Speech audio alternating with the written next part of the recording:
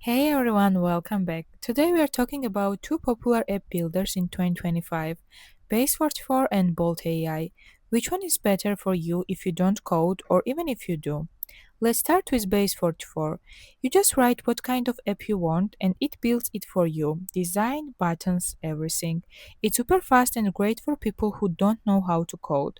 But you can change everything the way you want. It's good for simple apps, not very complex ones. Now let's talk about Bolt AI.